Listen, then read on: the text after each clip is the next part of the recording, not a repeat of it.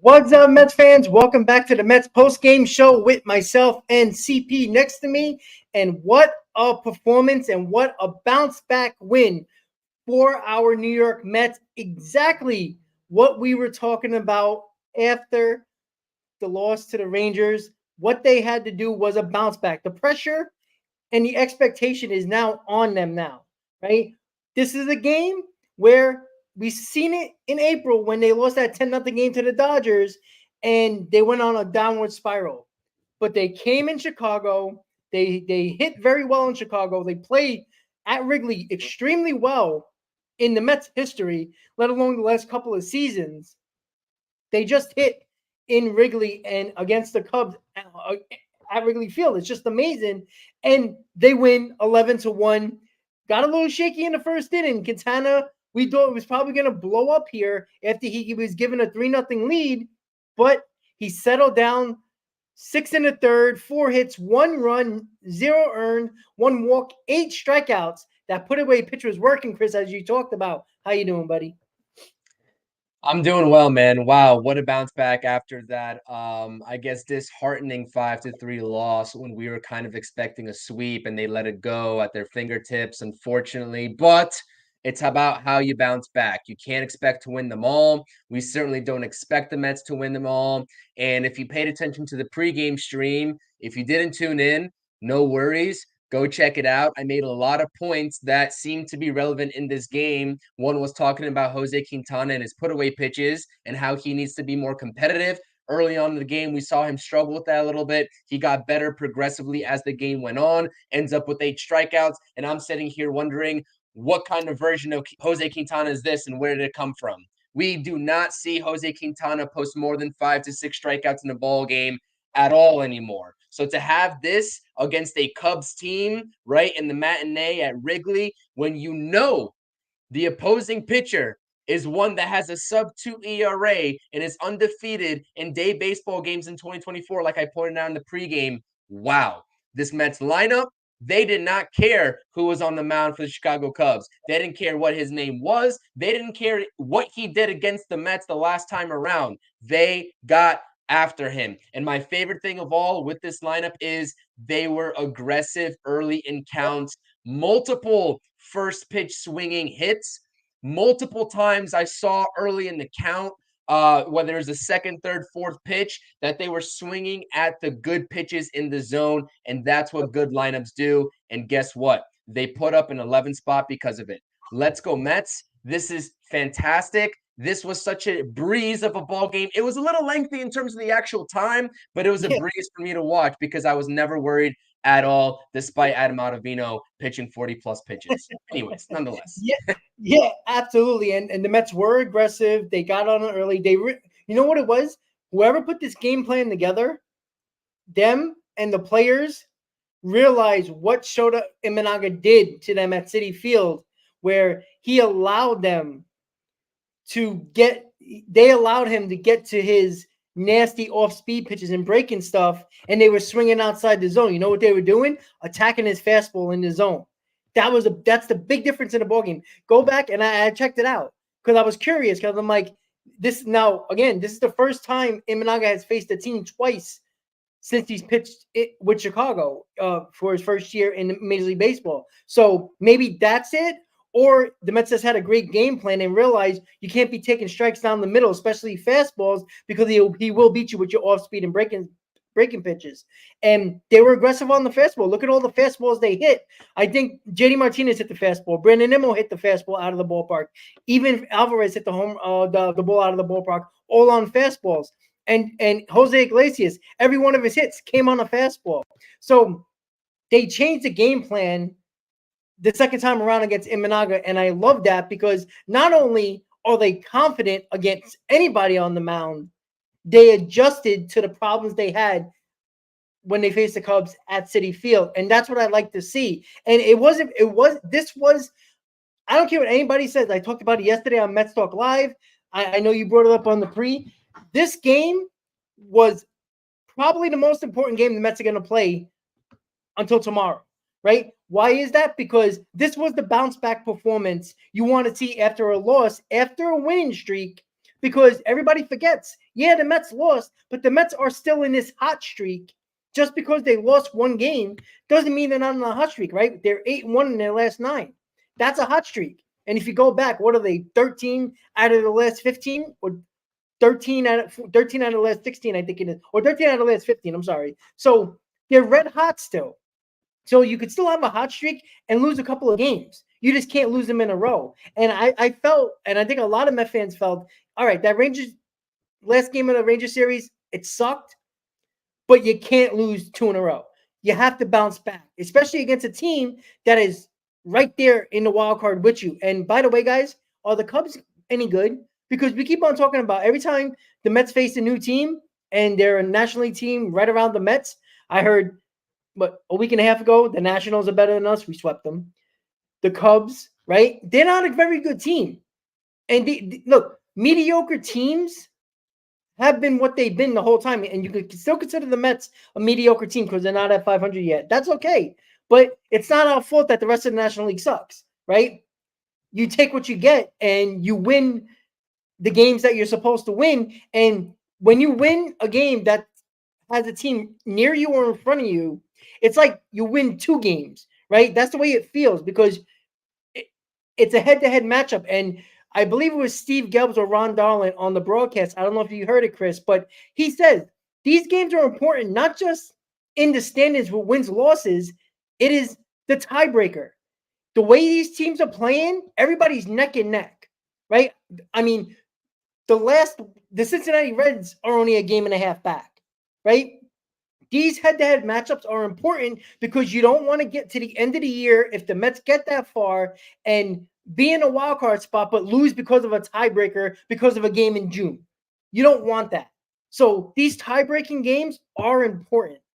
And you don't have to look at the schedule. You don't have to look at the record. You don't even have to look at the games back of the wild card, even though I'm very obsessed with that because it only matters up until the trade deadline. And then we can really talk about actual baseball and what's going to go on with the wild card after the trade deadline, Chris. And I'm sorry I'm ranting here, but I just wanted to make that point because a lot of people seem to not realize that, yeah, the Rangers loss sucked, but I'd rather take that loss and win a series against the Cubs because that matters more in the overall standings and the overall tiebreaker if it comes to that at that point.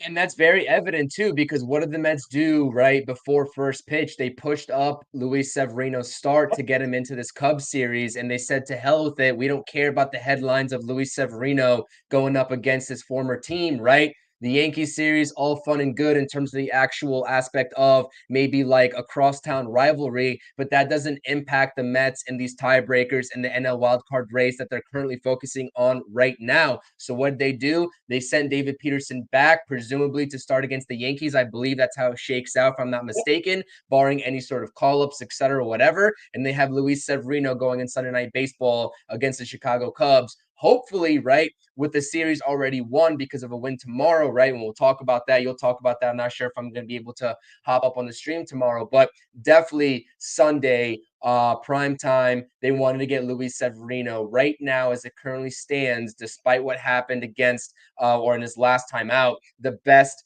pitcher in this Mets rotation, like through and through. And that's exactly right, to back up your point, why the Mets did that. They don't do that if the Mets are right 5.5, 6 games out of the wild card right now.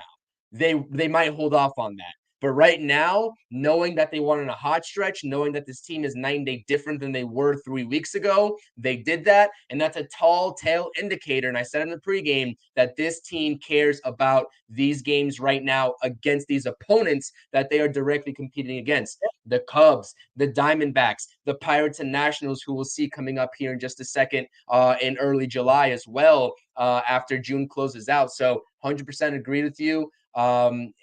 The Mets are literally telling us right now, like, we don't have to speculate about that and what you just said, Rob. They are literally telling us with these moves and with that move. Yeah, and you know, I'm so glad you brought that up because I forgot to mention that in my 37-minute rant when you brought up about them pushing back Severino and not pitching him against the Yankees, because that is a headline, right? Usually, the previous 2023 Mets, 2022 Mets probably would have done that. They probably would have set up their rotation for the Yankee series because it is a big deal in town, right? But it just shows you where the Mets' priority is. It's about winning the games ahead of you, winning the games that really do matter. Yes, the Yankee games matter, obviously, but if you lose a game or two, if you get swept in a 2-game series against the Yankees, yeah, it sucks, and you'll hear it from Yankee fans. But overall, it's not really destroying you in a wild card setting because of the fact that you're not worrying about head-to-head matchups, tiebreakers, or anything like that. Yeah, you might lose a game or two in the standings, but as we know, you can jump over a couple of teams in a matter of days, like the Mets did. So I'm I'm extremely happy that they're focusing on the games that really do matter and the games that are coming up rather than worrying about the Yankees that regardless of who's pitching, me and you can pitch, Chris. Everybody will be watching the game because it's going to be an event because it always is the Subway Series. So it doesn't matter who's pitching, and I'm glad the Mets are worrying about the Cubs because that matters more. At least at the moment. Obviously, on Tuesday and Wednesday, we're all going to be thinking about what matters that day, and that's going to be the Yankees, right? I don't care about the Yankees until we face them.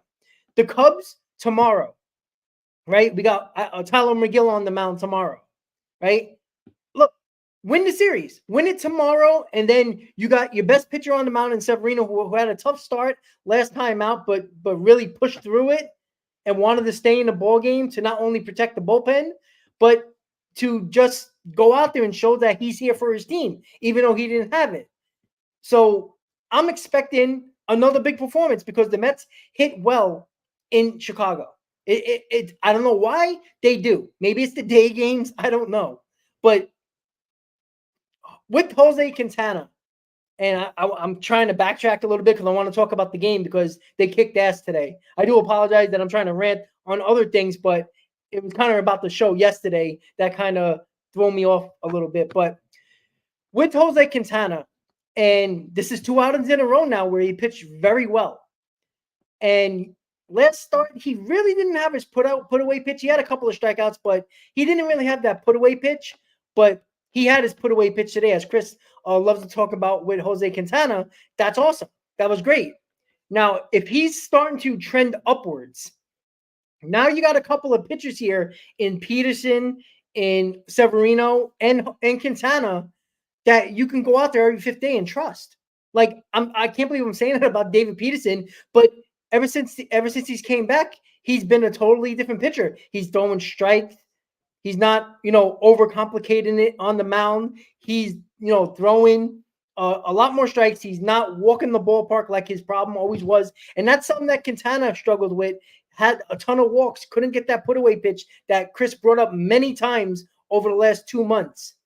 And I like to see what Jose Quintana is doing. You see the energy he has on the mound now, that extra step that he has. Like he strikes out the guy, he bouncing off the mound, like ramped up. And that's what I want to see from Quintana because you know what? Everybody's feeling it on this team, Chris. You can tell the confidence is just spilling out on them, right? They expect to win when they walk into the ballpark now. They don't expect to lose when they walk onto the field anymore. And that's a totally different team that we were talking about even a month ago. Yeah, 100%. And like, I know that we've seen like up and down trends from Jose Quintana. And like I said, I'm still not fully like bought back into him, although he's had now 2 starts in a row that he has shown, right? A little bit of progression, but still, even early on in this game, the first batter, right? He was up 1-2, 0-2, whatever it was, and he walks the leadoff guy on a 3-2 count because they fought back into the count and he kind of struggled with that put away pitch. So I want to see that for the long haul and the longevity. But like you said, it's confidence and also I mean, whether anybody's going to acknowledge it or not, I also think it's a varying degree of knowing that if you don't perform, there's someone to take your spot, which we have seen a multitude of times already. And I'm not talking about the first 4 guys, right, who basically have a solidified roster spot until they don't. I'm talking about the guys that are like 5 through 9 in this lineup that they know if they don't perform on a consistent basis, they know that they are direct replacements for them. So, yeah, that adds a little bit of pressure, and maybe that might make a player perform worse knowing that. But pressure makes diamonds, especially in a New York baseball market like the Mets are in. And I think that all of these guys are buying into that. And for the broadcast, Steve Gelbs, who's very in tune with what's going on in the clubhouse because he's there after every post game, interviewing the players, etc. You know, he even says, like, after every single game at this point, especially in the last couple of weeks, these guys are sitting around, like Hector said, talking baseball. There's groups of guys sitting there talking about the game. They're not on their phones. They're engaged with what just happened, whether it's win or loss. And I think that goes a long way. These players are locked in. And I'm not sure if that's like remnants of the players meeting in terms of what the guys and the veterans told the rest of the team in terms of what they expect and what the expectation should be moving forward, or just everybody just, I don't know, something going on and off in their brains and just like flipping the switch and saying, okay, I just need to be better and everybody needs to be better collectively. So whatever it is, whatever happened, I don't care what sort of phenomenon, made this happen. It doesn't matter. That's not for us fans to know or quite frankly care about. We're seeing the direct results, and we're now seeing the word that I always love to use, the processes that lead to those results. Yep. Good results can happen with bad processes, but it's not a consistent type of thing. The consistency won't hold. Good processes will consistently produce good and better results than what the Mets were accustomed to seeing prior to this hot stretch. So I like what I'm seeing, man, top to bottom. The rotation, the bullpen. I mean, we could talk about the bullpen here too. I mean, how did Mendoza choose to go about the bullpen after Jose Quintana, exited the game? Adam Ottavino, who got used until his arm almost fell off with 45 pitches. Drew Smith gets in there after having given up a go-ahead home run and basically blowing the ball game for the Mets the previous outing, right? So, and we saw that also in the Rangers series. It's like a 2.0 replication in a laugher of a game and a 14-2 victory in Texas. Adam Ottavino and Drew Smith also got the ball in almost the exact same way that they took the ball in this laugher of a game in Chicago.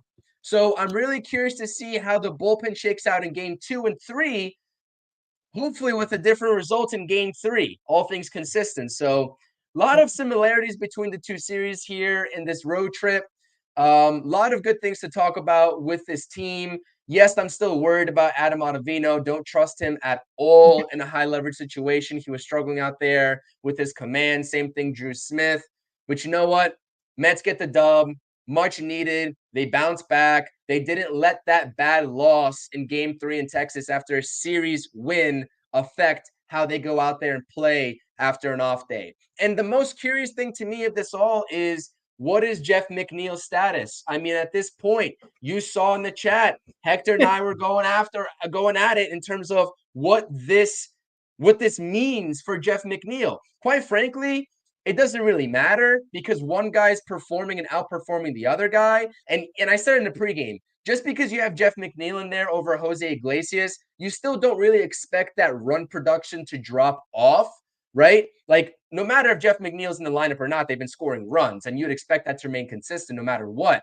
But I don't know. I just like the at-bats that Jose Iglesias is taking, and I would think that if Jeff McNeil truly is your starting second baseman, quote-unquote, like the manager stated a couple weeks ago, on an off day against the pitcher that he's had success against in the last outing, right, in Queens earlier in May, that would be your second baseman. Again, to clear the air, clear the room. I'm not complaining at all. I'm just trying to get into the thought process of what the role distinguishment might be in this platoon now that we can call it at second base between Jose Iglesias and Jeff McNeil. Iglesias, 3 RBIs, 4 hits today. He went 4 for 5 at the plate.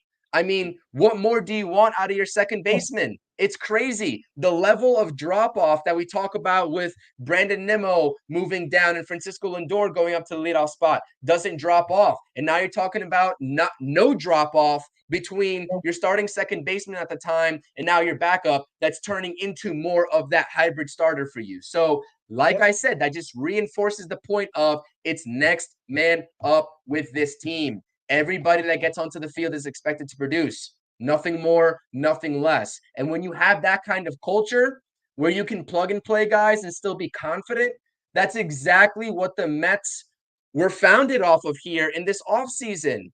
That's exactly we talk about David Stern's moves and putting in depth pieces and getting those depth pieces because we wanted to get to a point in the season, and we're now just starting to really see it, whether it's the bullpen, whether it's the starting lineup, hell, even if it's the starting rotation with guys coming in and out.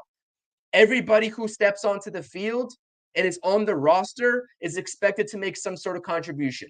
That's it. That could even go to Joe Hudson, who made that late inning appearance today because Luis Torrens is on the paternity list. Like, literally, everybody will produce. And I think that when you have a baseball team that buys into that and is slowly starting to benefit from that, that just shows you how good the front office really was in terms of what they believed in terms of instilling into this organization this past offseason, while a lot of people were complaining about it. That's it. 100% right. And you know what? A lot of us will look like idiots if this team finds a way to make the playoffs.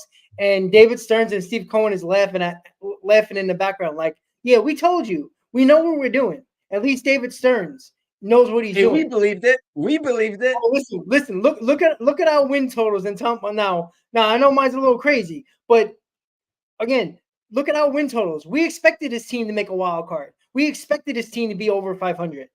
So, we said it, and you can go back to our season preview. We talked about it. We gave our records. We gave our keys to the success and all that stuff. We talked about Severino from day one. The day we signed him, you came on the stream with me, and we talked about the signing. We thought it was a good signing. A lot of people didn't like it, especially for $13 million after his worst season of his career last year, right? The fact of the matter is, this team they don't even have to hit like this to win ball games, because we talked about it. If the top four plays to the back of their baseball cards and guys like Iglesias, and we're not even talking about Alvarez here, Bader, Marte, if they do their job like they've been doing all season, who knows if the Mets would have been even better than what they are right now if the big boys at the top of the order did their jobs to start the first 2 months of the season where they weren't anywhere, where they were nowhere to be found. And it just shows you when they actually play, or at least offensively, to the back of their baseball cards, it's amazing the difference. This team is actually a good team. Now, we're not saying playoffs, but they're playing well right now, right? There's going to come a time where the hot streak's going to end, and you want to make sure you don't go into an ice cold streak. You want to go into a lukewarm. You might lose, 3 out of 6, 3 out of 5 or something like that. Yeah, but at least you're still winning ball games within a week, right? You can't go, 1-6 in a week. That's not going to help you at all. But if you go around 500, maybe a game or two under, okay, as long as you're still winning ball games and not letting it get out of control, 7, 8 losses, that's when you're really going to feel it. So, and I wanted to bring up something Ricardo did. I saw it earlier. He talked about, is it possible that Quintana was struggling because there was no Francisco Alvarez, and now that Alvarez is back, Quintana has pitched well? Now, I know Alvarez's record, when he's in the lineup, the Mets record is outstanding. I think they only lost 1 or 2 times when he's been in the lineup over the last 20 or something like that. Maybe it is, or maybe Quintana is just figuring it out. I know we always try to give credit to somebody other than the player. Like, how many people want Eric Chavez fired? It's been very quiet, right? That's all I heard in May, right? And, Hefner, I still think is a problem. But if the pitching is going to pitch well over this stretch, which they basically have, nobody's going to give Hefner credit, right? They're trying to give everybody else credit. They're going to give Alvarez credit, or, again, the Mets are hitting. Why haven't we signed Eric Chavez to a 10-year extension or something like that as hitting coach, right? And that's what always funny to me, because when the Mets are doing bad offensively, Eric Chavez is out to, get him out of here. The pitcher's doing bad, Hefner, get the hell out, right? The bullpen gives it up. Oh, it's Mendoza's fault for putting them in. So you give credit to the player that's actually doing the job. Maybe Quintana found something in his mechanics in the baseball lab and says, oh, look what I've been doing the whole time. I got to fix that. And maybe he was in the bullpen, just trying to repeat his mechanics. And maybe that's it. Maybe it is the Alvarez effect. Maybe he brings that extra, I guess vibe or feeling or confidence to the pitchers, right? Because you seen him, I think it was yesterday when there was a pitch that looked like a strike and could have struck out the batter.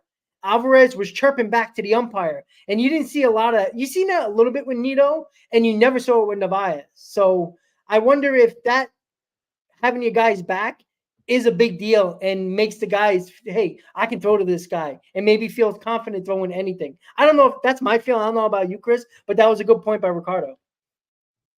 Yeah, I mean, there's no doubt about it, but I honestly think you just got to give credit to Alvarez's like pure baseball knowledge and Mm-hmm. IQ. I mean, he's a genius when he's calling those pitches. His pitch framing is also elite, something that a lot of Mets fans and scouts in this league, right, when they were evaluating him in the minor leagues, were saying that he was going to struggle with when he came up.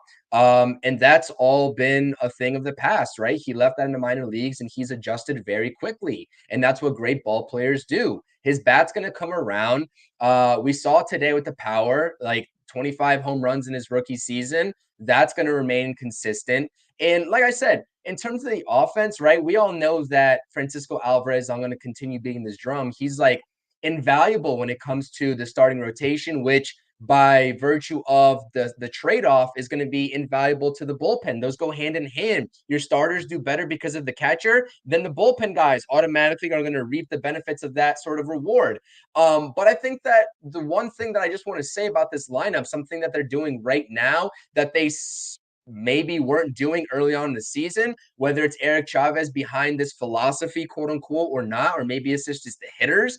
Let's not forget Jeremy Barnes has a little bit of an impact in terms of the overall hitting coach, I guess, just aspect, right? He still has some power in that sort of equation. It's they're swinging at early strikes, right? Yeah. That boils down to pitch recognition. They're not getting behind more or less. It's impossible not to get behind 0-2, 1-2 in at bats, right? That's always going to happen. But they are swinging at strikes, and that's in early strikes. I mean, like I said, I know a lot of people in this chat might not like the sort of first pitch swinging approach. I understand that, but I'm always going to preach this is that when a hitter at the major league level has a fastball in particular that they like early on in the count, especially if it's a strike, you got to go after it because you put yourself in that 0-2 hole, that 1-2 hole, and guess what? You open yourself up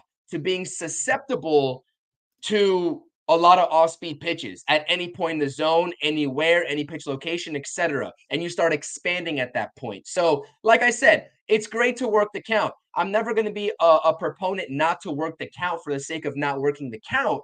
But when you have a pitch that you like early on in the count, regardless, it could be an off-speed pitch. Hitters, I'm not sure how many times we see a hitter openly admit that they're sitting off speed early in the count, but if they do and they somehow get it and they guess correctly and they swing at it, so be it. I can live with that. Because like I said, it's the process more so than the result for me. As a hitter, these guys know they got to the major leagues for a reason. They know what their wheelhouse is, and they more or less know the pitches that they like in the zone and that they can handle consistently based off of their swing mechanics, whether they have more of a line drive approach, maybe more of an uppercut like Mark Vientos, they know. So I'm going to trust them more often than not in terms of the pitches that they're swinging at early in the count because that should be your sweet spot. That should be what you want right down the middle, whether it's inner half of the plate or whether you're more of like an inside out opposite field type hitter. These guys know. So give them the benefit of the doubt. If someone pops up on the first pitch, whatever, okay, so be it. Like there's certain situations, right? And this is where Hector and I always go back and forth in the roundtable because it is situational at the end of the day. But you see that strategy work today. Yep. How many times early in the count did they jump on these pitches, Rob? It was evident. It was apparent. And they get 14 hits as a result versus one of the best starting pitchers in baseball at the time of this game at 2:20 p.m. when he threw the first pitch. He was 3-0 in day baseball games. He was better at home than on the road. He was 7-1 with a 1.89 ERA. His ERA in day baseball games was sub-1. Not that that matters, but that was a fact with Shota Imanaga. And guess what the Mets did? They said, cool. They gave him the thumbs up. We're gonna hit you anyways, and that's it. And I love it, man. I love it. I mean, how can you complain about a game like today? There's no complaining points. Got the win. Go out there tomorrow, another 220 start, take the series, and go for the sweep because the train's rolling and nothing should stop it right. Yeah, absolutely. Look, keep it going. Exactly what you got to do. And you know what? They had a game plan. They implemented it. They executed it. Right? If they can continue to do that, look, this team right now is hard to beat. Right? As we talked about many times. Right? The pitching was outstanding, and the offense came alive. Right? We've said that how many times during this hot streak. Right? But even if one didn't do the job, the other did it. And they keep on going back and forth. Like tomorrow, if the offense only scores 2 runs, you know what? We might win 2-1 because the pitching will pick them up. Because I've been. This is why I think this team is a lot better than what people are giving them credit for. Is the fact that they're winning in different ways. I said this many times on many shows. The roundtable, all our pre-games, all our post-games. They're winning in different ways.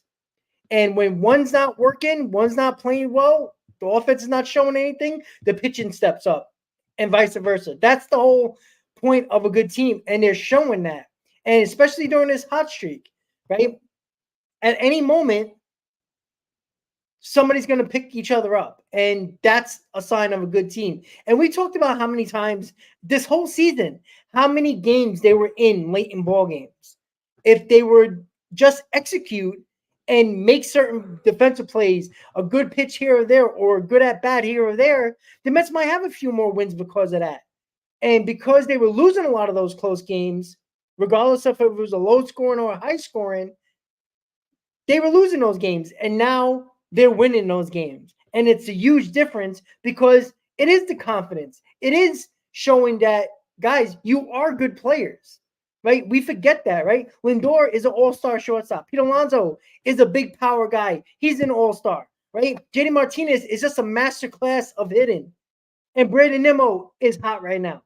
So, and it's just lovely to see. And these are guys that you're putting a lot of money into, and you're saying that you believe in them, right? You got JD Martinez here because everybody was bitching about a DH. Brandon Nimmo got the contract. Lindor got the contract. Pete Alonso, right? The talk about the contract is not really talked about much anymore, but there's a pretty good chance he'll probably be back. Just think, three of these guys, the core, are a part. You're going to be spending money on them, and they're worth the money right now, right? We can all talk about Lindor. We can all talk about Nimmo, how they were struggling. Lindor in April, and Nimmo was lost ever since he went to the 3-hole, but they're figuring it out. And Chris, you brought it up in the group chat about Lindor when he made that play, right? Talking about Jason Bay and all that. But you know, Lindor is a pretty damn good player, right? A lot of things get lost with Lindor, right? If he's hitting, everybody loves him, right? But they don't see the other intangibles he brings to the game as well. And that's another important part as well, right? You don't just get paid to hit. You got to play the other parts of the game as well. But man, this whole lineup, especially at the top of the order, I don't want to be a pitcher right now, Chris. I do not want to be a pitcher facing this team because it's still TBD for the Cubs. The Cubs have no idea who's pitching the next 2 games, right? They might pick somebody from the fans. Where's Bartman? Find him. He can pitch. You know what I'm saying? Like, it's amazing to me because the Cubs team that's struggling right now, they won 2 in a row, by the way, before they faced the Mets today. So they were kind of almost trying to get to that winning streak. And the Mets said, no, we're going to kick your ass. So I don't know. There's so many good things to say about this team. I'm speechless about being happy. I don't know if that's ever happened. Like, when you're mad, when they're playing bad, we can talk for 3 hours, right? But when it's good, what is there to complain about? We talked about all the good. There's not much complaining. Yeah, we can nitpick about Jeff McNeil never playing again and why is this guy still on the team, DFA him, trade him, whatever. That's probably going to be a topic going forward. Because I'll tell you right now, Chris, I don't want McNeil in the lineup tomorrow. I want Jose Iglesias. You can't go 4 for 5 and then tell me that Jeff McNeil's playing tomorrow. Sorry. Yeah, I would I not be agree. happy. I don't care It's I don't care if there's a lefty, the toughest. I don't care if there's a righty on the mound. Put Jose Iglesias in. He deserves to be there. He's been ever since he came up. He's been helping the Mets win, and he's been consistent at the plate and been fine defensively. He's been better than Jeff McNeil. I want him be the everyday starter, and Jeff McNeil can get a start once a week for all I care. First of all, Francisco Lindor is an absolute machine, especially from that leadoff spot. I mean, couple of identical doubles today, great play in the field. I mean, when you look at the shortstops around the league, when you talk about defense and offense combined and just making up like an overall complete player, I'm not sure how many shortstops, if any, right? I'm taking over Francisco Lindor. I'm probably taking Francisco Lindor 1A all day long. But second off, yeah, Jose Iglesias, I believe it's Jameson Taillon, if I'm not mistaken, for the Cubs tomorrow, unless he just got like a late scratch. I believe it's going to be Tyler McGill versus Jameson Taillon. Taillon's a righty. We all know what the trend has been, that Jeff McNeil plays against righties and Jose Iglesias, like today, plays against lefties like Shota Imanaga. But it's a very tough sell for me if you're going to trot out a lineup, which I think Junior saying it perfectly in the chat right here. I believe it was Junior saying the Mets found a lineup that fits all day, fits all the everyday players. Absolutely. 100%. This is the best lineup that the Mets can possibly throw out with the current personnel. And like I said, you can sort of flip-flop McNeil and Iglesias, and that lineup still probably won't fall off in terms of run production because it hasn't. They've still been producing runs with McNeil in the lineup. But I agree with you. If you want the most pure top tier lineup, it has to be Jose Iglesias, whether it's against a righty or a lefty. Now, I understand. I dug into the numbers in terms of Jose Iglesias' career splits. He's much better against lefties and righties. I understand that 100%. Jeff McNeil's hitting lefties actually better this year as well. But then again, if that trend remains the same, I mean, Hector always gets after me for saying that this platoon's analytical. That would just feed the analytical narrative. But I don't want to go off that. That's been my entire point. I would rather the Mets not look into those analytical numbers in terms of what the matchups really are and the success rates and the splits, and just throw Jose Iglesias out there. Really. Because I you can't argue what you see with the naked eye. Numbers aside, you can't argue it at all. So yeah, I agree with you. It's got to be Jose Iglesias tomorrow. Will I be shocked if Jeff McNeil's back in the lineup? No, I won't be shocked at all. I'm gonna tell you this right now, Rob. But I'd like Jose Iglesias in the lineup. But I agree with you. I mean, everything that I was concerned about in the pregame, and I was concerned about a couple things, namely Jose Quintana and the room for error, which was very small pregame that he had to work with going up against Shota Imanaga. Obviously, that doesn't ring true at this point in the postgame because Imanaga got absolutely lit up by the Mets offense. But at the time, I was concerned about Jose Quintana going to the start, which was very valid when you look at the up and down season he's had. Everything about this team, right? Whether you were going to sort of worry about the Mets lineup maybe not producing and falling back into a lull after that 3-5 loss, everybody just said, CP, shut up. Like, what are you saying right now? Do you not know who we are over the last 10 games, going 8-2, going up against a Cubs team that was 5-5 in their last 10, despite those 2 wins in a row against the Giants, like you said, Rob? Like, it's almost like they just told everybody that was worried about this game to shut up. And I was one of those guys. And I'm like, great. I'm happy. I can shut up and I can talk about it on an hour post game, and we don't have to go into an hour and a half, hour 45, talking about, oh, here we go again. Is this going to start the Mets downward spiral that we've seen before? No, they're continuing to play good baseball, and that's all I want to see, man. As a fan, I think that's all at the bottom line. Like, if we had to give our final thoughts right now, that's all we want to see is good baseball and winning. That's it. Yeah, and I think there's a misconception with not just us but other YouTubers as well, Met YouTubers as well, content creators. Like, when we say stuff and we criticize players or criticize the team, right, or really get on a player, we don't want them to do bad. Like, we want them to eat our words. We want to be wrong, right? I talked about Pete Alonso for months, right? I don't want to be right. I want him to hit 45 home runs, bat 270, and hit 135 RBIs. I want him to do that. I want him to know how to throw to a damn base. when he catches a ball to try to turn a double play or throwing a ball home. Like, I'm not trying to criticize him because, because I want to, right? I'd rather not criticize any player on this team, but I'm not doing my job. You ain't doing your job, or anybody who is talking about the Mets on YouTube isn't doing their job if you're not criticizing. If we're always going to come on here and talk, positivity every single time about every player, then what are we doing here? You don't want to listen to that because we know you guys are not stupid. You know we're going to be lying to you if we're not going to be criticizing and only being positive all the time when it shouldn't be, right? We criticize when we see something that we need to criticize. You don't have to agree with it, but that's what we believe.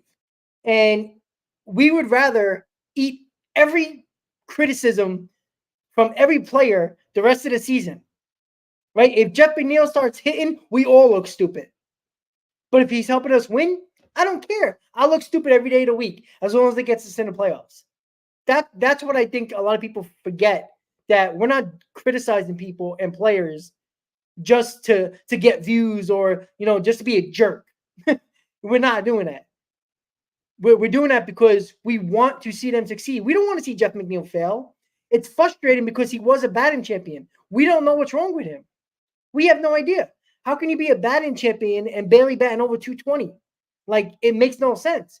But it's been an issue, and that's why we're criticizing. And everybody's been criticizing. But if he starts hitting, Chris, we'll have egg on our face. And I think we'll be okay with that. And that's fine. It really is about sample size too, right? I mean, but we've routinely seen Jeff McNeil take every other year off, essentially, right? The last couple go rounds. But like I said, my whole thing is that this Mets team needs to get younger. This organization needs to get younger, and they are approaching that time period, right? As a team that they are in a hybrid phase, and they were coming into the season. So, like I said, Hector was bringing up the point, if Jeff McNeil gets traded and he goes off somewhere else and produces, all Mets fans are going to be livid, right? And hindsight's always 2020. It's always the case. But for me, knowing this team needs to get younger, that's a trade-off that you take. Yep. So, and trust me, only a select few in this fan base right now aren't getting on Jeff McNeil's case. And more power to them, because if they have enough discipline to do that, okay, great. But we sit here, talk about this team, watch this team for the full 9 innings almost every single day. We're not going to sit here and come up on camera and lie to everybody with what we're seeing. Jose Iglesias is the better ball player. Luis Angel Acuna is tearing it up, or was. I think he went down with like some sort of shoulder injury recently. I'm not sure what his status is, but like, there's things you need to take into consideration outside of play right now, but also what the future of this team holds. But like I said, we're riding the wave right now. Jeff McNeil's on the team. He's rostered. I mean, he's got 3 more years of control under his belt. It is what it is. I mean, we can sit here and talk about Jeff McNeil, or we can talk about an 11-1 victory. That's kind of how I look at it, to be honest with you. Even though I did bring him up first, so I apologize for doing that. I just had 1 point to make out of that. I didn't want to make 5 points off it. Chris, I wanted to ask you something. Do you think the Mets are keeping around Jeff McNeil until Beatty gets enough reps at second base? The only reason why I say that, because I don't think they're bringing up Acuna until, if the Mets fall apart and sell at the deadline, that's when we'll see Acuna up. But do you think because I think Beatty can be an asset. No, I don't know if he can be a second baseman. Again, we don't know because he's played, a handful of games at second base. I think they want to give him enough reps to see if he can do it, because I think taking him away from the third base spot might let him calm down a little bit. Now, we still don't know if he can hit Major League pitching. We know he can hit AAA pitching. That's obvious. But I'm wondering, I don't think they're going to DFA Jeff McNeil. I think Stearns is probably going to have something in the works where you might get a bullpen arm that might have a 4 ERA on another team, but he might be better with a change of scenery. And you might get a bullpen arm that's not very good for Jeff McNeil and make them take a little bit of money on.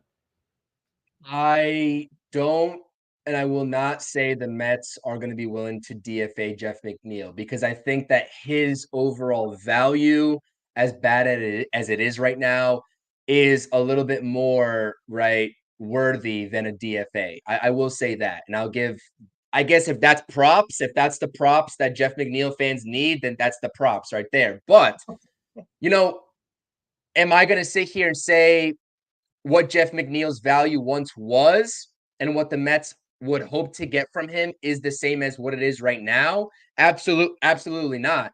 And I think the Mets in a scenario when it comes down to it, whether it's Luis Angel Acuna or whether it's Beatty, like you said, which is a whole different topic of discussion. I'll talk about that here in just a second and give my point on that. But I do think if it comes down to it, and they are really in the mindset of getting rid of McNeil, obviously it's going to be via trade. But I don't think the Mets would hesitate to take lesser value for him, right? A lesser package.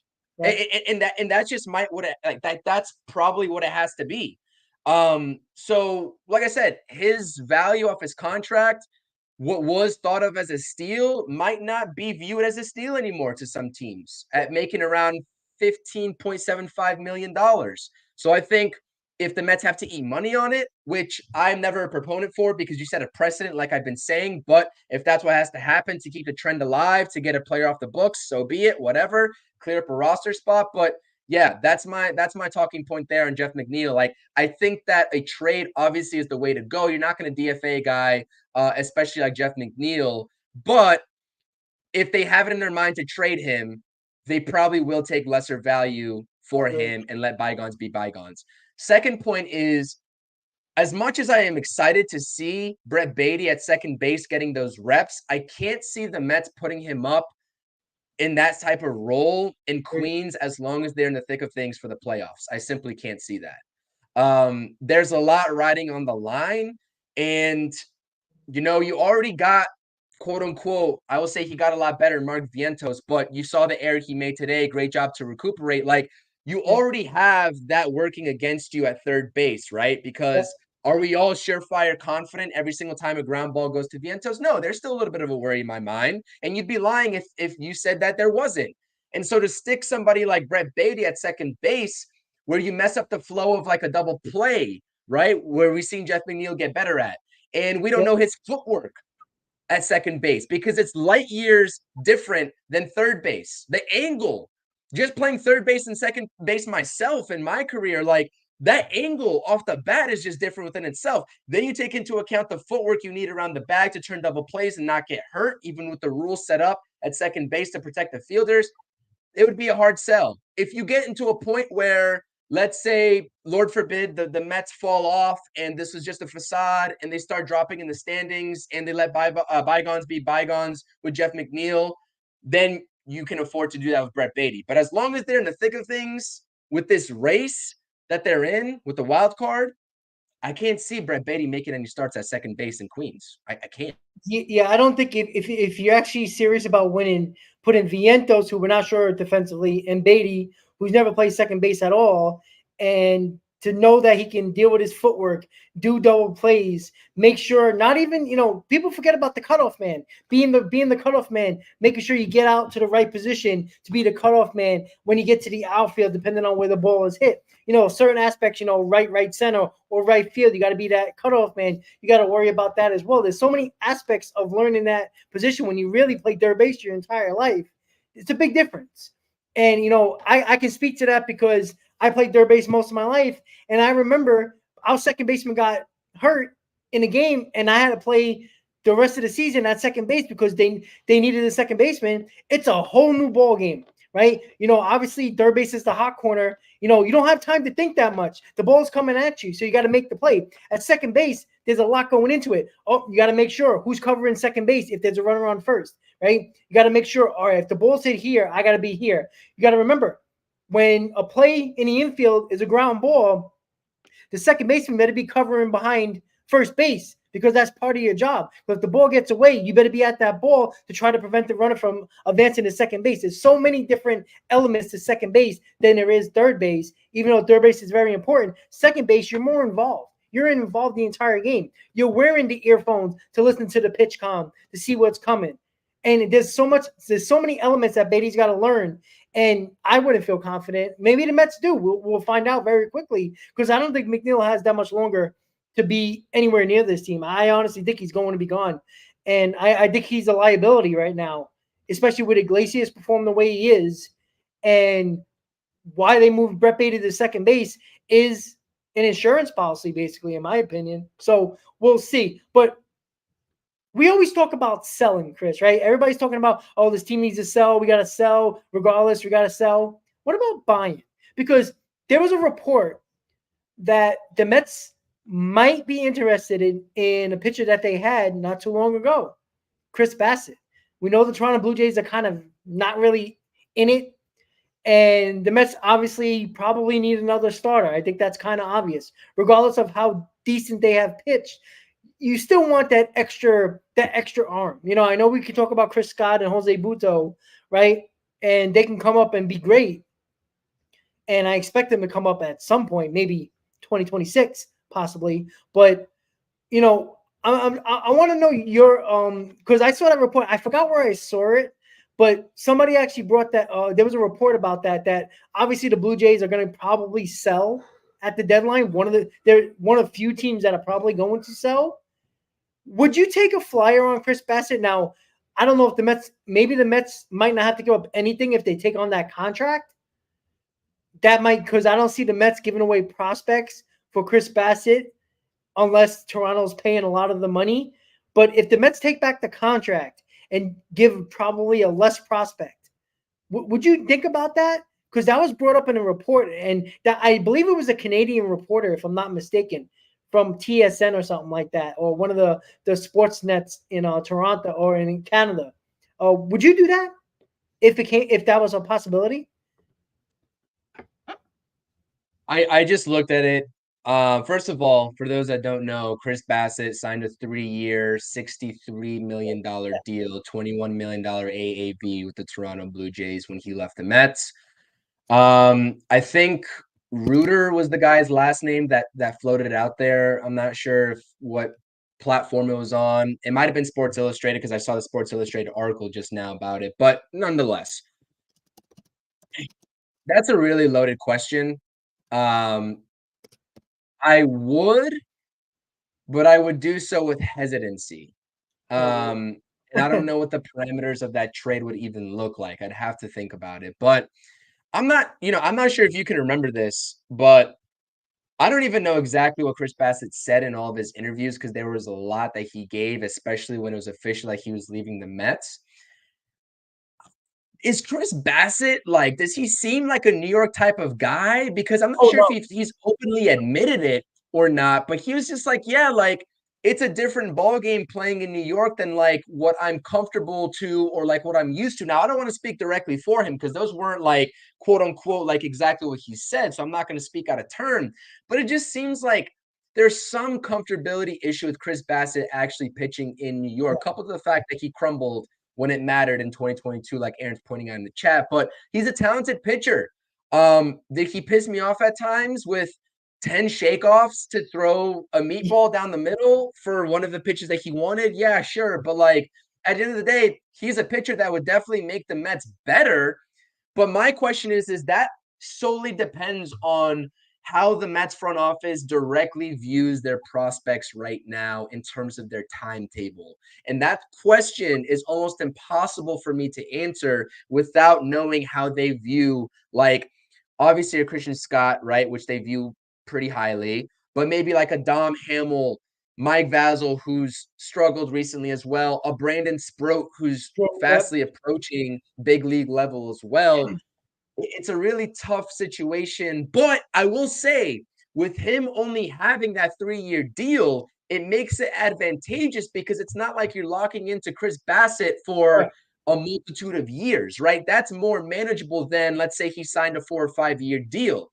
So I will say yes for now. I would definitely, if the cards, align themselves in a way that trade was presented to the New York Mets and everyone was okay with it on either side. And maybe they talked to Chris Bassett, which I'm not even sure if that's tampering before a trade actually goes through. But it's like, if they think that he can buy back into what they're doing, especially in New York and playing in front of that New York crowd again, maybe that's something you explore. But this rotation to figure out, especially what they're going to do at the deadline, is infinitely harder when you take a look at the prospects that, are sitting there in the minor leagues. Now, like I said, I'm always, as you always say, you got to take a look at what's presented in front of you with the major league ready talent instead of what can pan out with the Correct. prospect, because they are hit or miss. So I completely understand that point as well.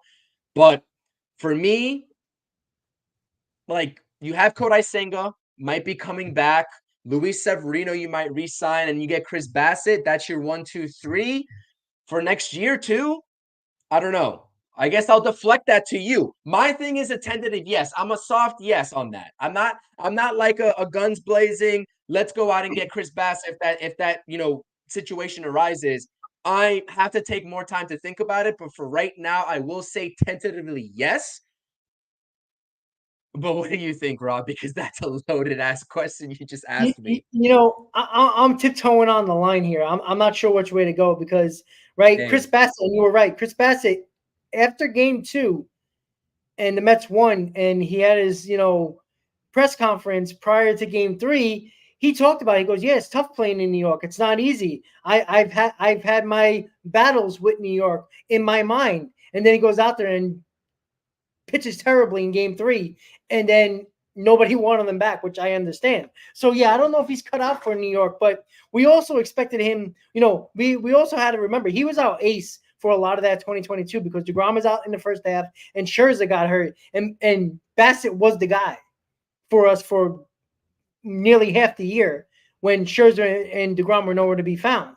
So if you're expecting Bassett to be 1A, even a number 2, I think we're going a little too far. If you want to have him as your number 4 starter, 3 or 4 starter, and just put him in the middle of a rotation and not really worry about it, yeah, I guess so. But I honestly think that the Mets are going to try everything they can to add money and take on contracts than giving up prospects. So Stern's got a lot of work to do if the Mets are going to be buyers at the deadline, depending on what they need. Because you know what? Right now, do you need a bat? Probably not, right?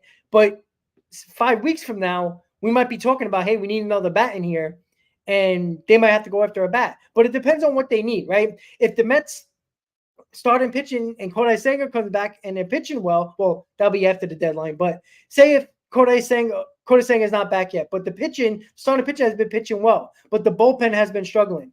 Maybe you need a big bullpen arm, right? So it's That hard will to be the tell. most likely scenario, Rob, is the Correct. bullpen arm, Correct. how I see. And I would be 100% okay with that. If they stay pat in the rotation and the lineup, I would rather focus on the bullpen because especially when you got 5-inning starting pitchers and the occasional 6th inning, you're going to need that extra arm in that bullpen or two to get you over the top. And we see how many games that are lost or won by a bullpen. So I would go after bullpen, but I don't think they're going to be giving up prospects or at least top prospects for high-end relief pitching. I think they would find a team like the White Sox or the Marlins or the Rockies. Look at those teams that are way out of it that want to shed payroll. That's the team you want to look at, right? I'm not looking at the rosters right now, but I can assure you there's probably 1 or 2 bullpen arms that are on those teams that are pitching well that you can probably get by just, taking on the contract and giving them a low-level minor leaguer that nobody cares about and he's not even ranked, right? You could do that and it could mean all the difference in the world, right? So we'll see. But to go back to the Chris Bassett thing, I'm hesitant because I hate guys that admit that they're flustered by New York.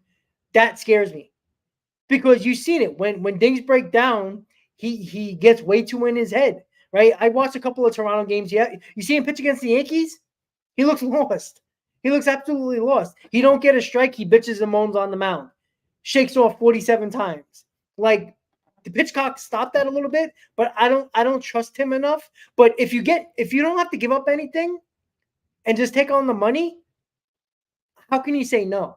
You know what I'm saying? I think if you're not giving any prospects that matter and you're taking on a contract and it's just money, it's hard to say no to a quality pitcher that could get you to the playoffs because that's what we're talking about, right? We can't worry about the playoffs if you don't make it. We'll worry about that when we make it. But if he can get us and pitch well in the rest of the season after the deadline, I'll take it because I know he's a good regular season pitcher.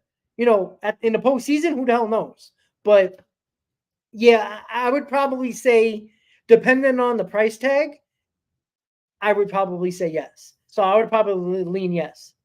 Yeah, Frank, no Verlander, Max. We're not No, going down no, that. no, No, no, no, no, no, no. Please no. just get that out of your head. Yeah. Justin Verlander can't pitch for Funny the enough, we Astros. were on the yeah, we were on the topic. We're actually watching Justin Verlander because I think he just got put back on the IL in terms of the Mets being And off the save the books Mets for his some money. vesting option, right? That's a big sort of like talking point for the Mets right now as well. But it was funny because we talked about Daniel Vogelback and the Colin Holderman trade, and I was taking a look at Colin Holderman. He's 28 years old, so he's approaching his prime. Is that going to serve the Pirates well? He's on a 1-year deal, but this guy's got a sub-1 ERA and 25 innings of work so far this year. That doesn't fit in at all to like, let's just send him a low-level prospect Yeah, that's a problem. and just trade for him, just like Billy Epler decided to sort of send him over for Daniel Vogelback. Anyways, bygones are bygones at this point. But yeah, a couple of Nationals players over there in that bullpen. I mean, I know that that's a team direct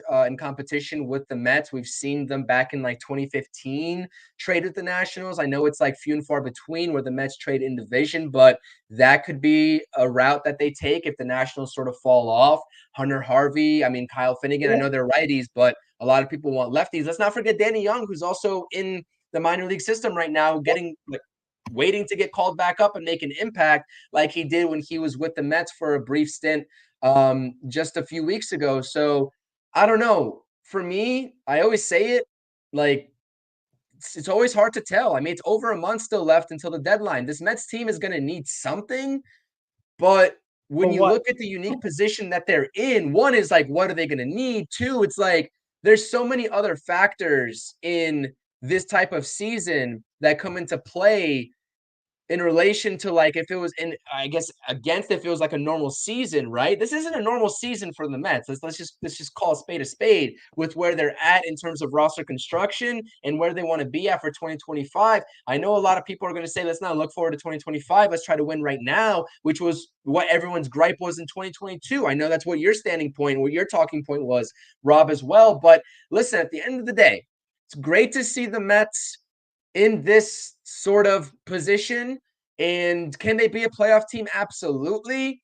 But it gets to the point where you have to be objective in terms of do you think this team has a World Series run cut out in front of them? And if the answer is no, and you have to take all of your Mets fan bias aside, David Stearns has to take all of his Mets fan bias aside. If the answer to that is no, regardless of what's been happening on the field, you're not going to have a big splash that all Mets fans are probably going to be calling for Yeah. at the deadline. And for me to buy back into a Chris Bassett at $21 million a year, which is pretty hefty for like a 3 or 4 starter in your rotation for the next 2 years, that's kind of like where I'll take the opposite side and say, well, maybe not. So like I don't know. It's really hard. You know what I mean? It's really hard. And we'll have these discussions obviously in early July as we get closer and closer and closer. And we start to sort of shape out who's going to be buyers and who's going to be sellers elsewhere around the Mets. But right now, that's also hard to answer because this NL wildcard race is so damn tight. Like everybody's stacked up with one another. So are you going to convince this team that they should sell because they're not going to make it far? Or is that team going to convince the Mets, hey, give us Jeff McNeil because you guys aren't going anywhere? I don't know, man. It's just going to be a whole merry-go-round. John Heyman's going to have a field day with it. He's going to put out the same article 10,000 times and just rake in the clicks with those articles, basically rehashing the same thing in 10,000 different ways. So I don't know. It gets to a point where I'm excited, but I'm not at the end of the day because nobody knows. Like nobody knows. And John Heyman doesn't know. And Joel Sherman doesn't know. And we'll still get all these articles regardless. So I don't know. I'm just gonna say this. I don't know. I'll be the one person to say it. I don't know. Yeah. It's hard. I just wanted to bring it up because I saw the report. So I thought it was interesting because all we talk about is when they're losing is selling. So I thought it was an interesting topic because, right, we know the Mets are going to need something, right? If they're in it, they're probably going to need something. It's just how far is David Stearns willing to go? Because we all know this is technically a transition year, but the players on the team are telling you not really. And we talked about this, right? Yes. We Yes. want the players to give no choice to David Stearns, because if they continue to play like this and end up a couple of games over 500, maybe more, and start being in a wild card spot, and it's getting closer and closer to the deadline, it's going to be very hard for David Stearns to first sell, obviously, but two, just to stay pat and not do anything at all. He's probably going to have to bite the bullet on something, because you can't say we're giving you an opportunity here to show that you belong and that you're worth either keeping or buying at the deadline, and not do anything and not help this team, because I think that was a big problem in 2022. I felt like the Mets team never felt like the organization and the front office believed in them enough to go out there and make the move that was necessary. I think they were way too hesitant not to trade Beatty or not to trade Mauricio or Vientos or any of our top prospects, right? I think Alvarez was probably the only one that should have been off limits, right? Everybody's like, oh, well, we traded Holderman for Vogelback. Well, what if they would have held that bullet and traded Holderman for somebody else? Who knows who that would have been? But maybe a team would have been like, oh, wow, a controllable arm? Yeah, we'll give you what you need. We could have done that. And I felt like they were way too hesitant. And in this spot, I don't know even if Stearns is hesitant, I understand that. But I feel like he can't disappoint the team that you told, hey guys, show me something and we'll take care of you. And that's what he's been saying, right? They still believe. That's what they were talking about during their losing streak, during their rough patch. That's what we heard Steve Cohen say and David Stearns. You can't go out there and not do nothing and tell the guys on this roster, well, you got back into this, you're in it, but we're just going to stay pat because we're in a transition year. Lindor, Alonso, Nimmo, Martinez don't want to hear that. You gave us an opportunity to and told us you believed in us, and we're showing you that we can do this, and you're not going to help us out. So I think David Stearns is in a tough situation, because I think he's going to have to do something, regardless of what it might be. Now, the price tag might be a little high for some, and maybe even for David Stearns, but why wouldn't that trade be the one trade that puts us in that next level? Not saying that it's a big name, but it might just make us that much better and make us go on a run. Not saying that it was, because the Phillies, they got two bullpen arms and they made the run in 2022. So I'm not just going back onto the Phillies, but I just feel like you got to show a little bit of confidence, a little bit of I got your back from the front office that I think the Mets neglected in 2022, and I think it kind of hurt them going forward, especially after the Marte injury in 2022. Sanders, also Mason Miller is one of those arms that you're just not going to get. This is going to be way too much. They're even questioning whether they want to get rid of Mason Miller themselves, like regardless of what the asking price is, because he's just that good. So forget about Mason Miller. Like, this is what I'm saying though, and I think that Eloise is saying in the chat, like, just because you are playoff contenders doesn't mean you need to buy. And I'll refine that a little bit from my own perspective and say that just because you're playoff contenders doesn't mean you need to buy big. Like, you can Correct. go out and get a reliever, et cetera, whatever, but you don't need to go guns blazing and get, huge premier difference makers where you're just going to deplete the farm again in a transition year. So I think there's still some value in terms of like not going for it all, because I'll be lying to you if I said even if the Mets are still in the wild card race, hell, even if they are in the second or third wild card by the time the deadline approaches, like, I'm still going to be hesitant for them to get rid of a multitude of prospects in this type of year. I really am. And I know a lot of people don't like that answer because it's this year, it's now. But I'll tell you what, that's how I would feel. And when we get to that time, because we will get to that time, that's still how I'll feel. Unless they make, I'm not going to even say it. Like, let me just cut myself off there and just say that's how I will feel. So regardless, though, game tomorrow is what I see right in front of me on June 22nd, 2024. We got to go win it. Let's go take a series. And That's how I'm approaching it. Absolutely. But yeah, this deadline talk is exciting, but it flusters me at the same time. So yeah, it's kind of like this, but Yeah. it's like, oh Hey, listen, no. after what we dealt with last year on our Mets Hot Stove live streams during the deadline, and we're selling, and we were so depressed, it was just absolutely terrible. Give me a hot This is stove where I'm brutal. excited, man. Oh man, I'd like that because that would be a lot more fun. So yeah, you're absolutely right. Game 75 tomorrow. Did 36 and 38, 2 games on the 500. How about this? How about sweeping the Cubs and go 38 and 38 and be 500 coming back home on your day off and then play the New York Yankees? That's what I want to do. Get back to 500 because if you get back to 500, I guarantee the Mets are going to be in a playoff spot coming back home to play the Yankees. So again, we only worry about tomorrow, but I was just giving a hypothetical on what is the possibility, what the future can hold for us. Go out tomorrow with Tyler McGill on the mound and win a ball game, right? You scored 11 runs against their best pitcher. It's obvious that was their best pitcher. And you said Jameson Taillon is pitching tomorrow, right? They changed it, not TBD anymore.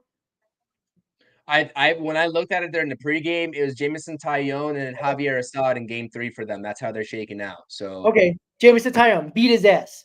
Very simple. Beat his ass, win this series, and you're playing with house money in game 3 with your best pitcher on the mound. So, Chris, let's get another. What do you always say? just win, take the series. Let's go Mets. That's it. It's that easy. Only if it was that easy, right? So once again, guys, we appreciate watching the Mets post-game show. There will be a pre and post tomorrow. I believe Chris is not going to be able to join me. I might pop on somebody else to TBD.